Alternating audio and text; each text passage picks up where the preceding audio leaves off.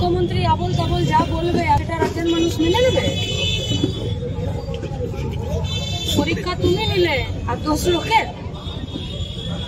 তুমি যদি বলো যে না আমি পরীক্ষা নিয়েছি, আমি ঠিক নিয়েছি, তুমি কাগজ ফেলে দাও। এত কথার কি আছে? নেতাজি ইন্ডোর ভাড়া করার পয়সাটা আমাদের বেঁচে যেত। ও পয়সা কি ওরা নিজেদের বাবার পয়সা দিয়েছে নাকি? আমাদের পয়সাতে নেতাজি ইন্ডোর ভাড়া করেছে। নেতাজি ইন্ডোর ভাড়া করার কি দরকার ছিল? দুটো প্রিন্ট আউট বের করতো, মুখে ছুড়ে মেরে দিত, সুপ্রিম কোর্টের চাকরি বেঁচে যেত। দুটো প্রিন্ট কপি বের করতে পারলেন না, নেতাজি ইন্ডোর ভাড়া করতে পারলেন? সুপ্রিম রায় নিয়ে কি বলবেন? কিছু বলার নেই। পশ্চিমবঙ্গের রাজ্য সরকার কোন বিষয়ে দুর্নীতি করেনি? একটা গায়ের রাস্তা থেকে শুরু করে একটা মাস্টারমশাই দিদিমণির চাকরি পর্যন্ত এমন একটা জায়গা আছে বলুন তো যেখানে পশ্চিমবঙ্গের তৃণমূল কংগ্রেসের সরকার দুর্নীতি করেনি? আপনি একটা খুঁজে এনে দেবেন। শুধু তার জন্য মহিলা মুখ্যমন্ত্রী, রাজ্যের মুখ্যমন্ত্রীকে আমরা ডিভাইড পাই, আমরা পার্টির পক্ষে আমরা তাদেরকে অভিনন্দন জানিয়ে আসবো। একটা জায়গা দেখিয়ে দিই যেখানে দুর্নীতি হয়। ওয়াকফ বিল প্রত্যাহারের দাবি নিয়ে পুলিশের গাড়ি জ্বলল মুর্শিদাবাদে, কি বলবেন? রাজ্যের সরকার করছে না। মানুষ কখন আউট অফ কন্ট্রোল হয়ে যায়? আমি যদি দেখি যে আমার সরকার আমার অধিকার রক্ষা করার জন্য সে এমপি আছে, তার এমএলএ আছে, সে বিধানসভাতে রাস্তা গ্রহণ করছে, পার্লামেন্টে গিয়ে সেখানে চেঁচামেচি করছে, তাহলে মানুষ আউট অফ কন্ট্রোল হয় না? সরকার যখন চুপ থাকে, আমি যাকে ভোট দিয়েছি সে যখন আমার পাশে থাকে না, তখন মানুষকে রাস্তায় নামতে হয়। আর সব বিষয়ে পুলিশ কেন মার খাচ্ছে বলুন তো?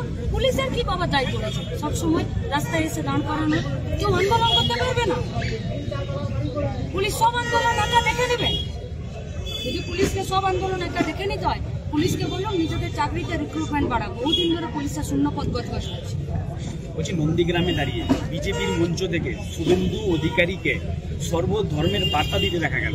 পাশাপাশি তিনি বললেন যে হিন্দু মুসলিমের বিরুদ্ধে তারা নন, তারা বৈরাগ মানে অনুপ্রবেশকারী যারা রোহিঙ্গারা যারা আছে তাদের বিরুদ্ধে। এটা নিয়ে আর 100 দিনের কাজের পক্ষে